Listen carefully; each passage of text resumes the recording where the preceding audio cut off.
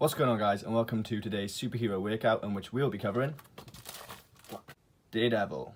Now, in order to break down and create an accurate Daredevil workout, we're going to have to look at how the actual character or superhero Daredevil would train, as well as the actor who portrays him, Charlie Cox. And so we're going to be combining both of these elements to create a sort of workout that will get you into a Daredevil style of training. Now, unlike your usual muscle-bound superheroes such as Captain America, Thor, Superman, Daredevil is not your sort of stereotypical muscle-bound hero. He's very athletic, acrobatic, agile, and is also a martial arts expert. Charlie Cox's personal trainer, Naquan Washington, stated that he wanted to train Charlie just like an athlete, as opposed to following a strict bodybuilding regime that some of the other actors may follow, such as Chris Evans or Chris Hemsworth. As a result, they ended up doing a lot of multi-dimensional compound movements, which included anything ranging from jumps to compound lifts. Charlie stated that his original goal was to be more of a lean athlete as opposed to a bulked up superhero. This isn't to say that Charlie didn't do weightlifting. He employed weightlifting techniques such as strength training probably at the beginning of his workouts, which were then followed up by plyometric bodyweight movements to help him spring from building to building as Daredevil.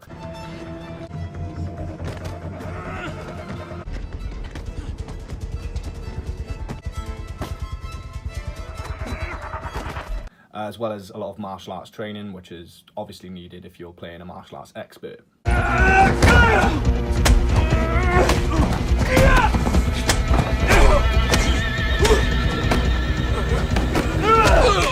Charlie also stated that a lot of his workouts tended to be full body. As he was training like an athlete, there was very little need for them to isolate a body part per workout, and so this workout is going to be a full body one.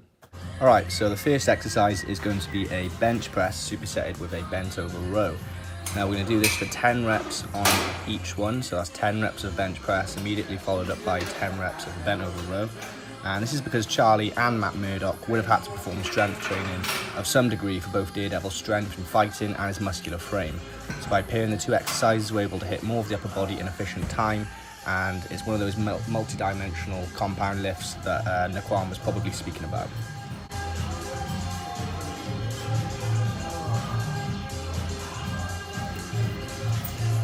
Okay, so next we've got Dumbbell Thrusters. This is going to be for sets of 8, and the reason we do this is it's a multi-dimensional movement that builds both leg strength and shoulder strength, which is perfect for building up the strength to deliver those Daredevil roundhouse kicks. Alright, so next up we've got pull-ups straight into knee raises. So here we're combining two bodyweight movements for efficiency whilst also increasing the difficulty.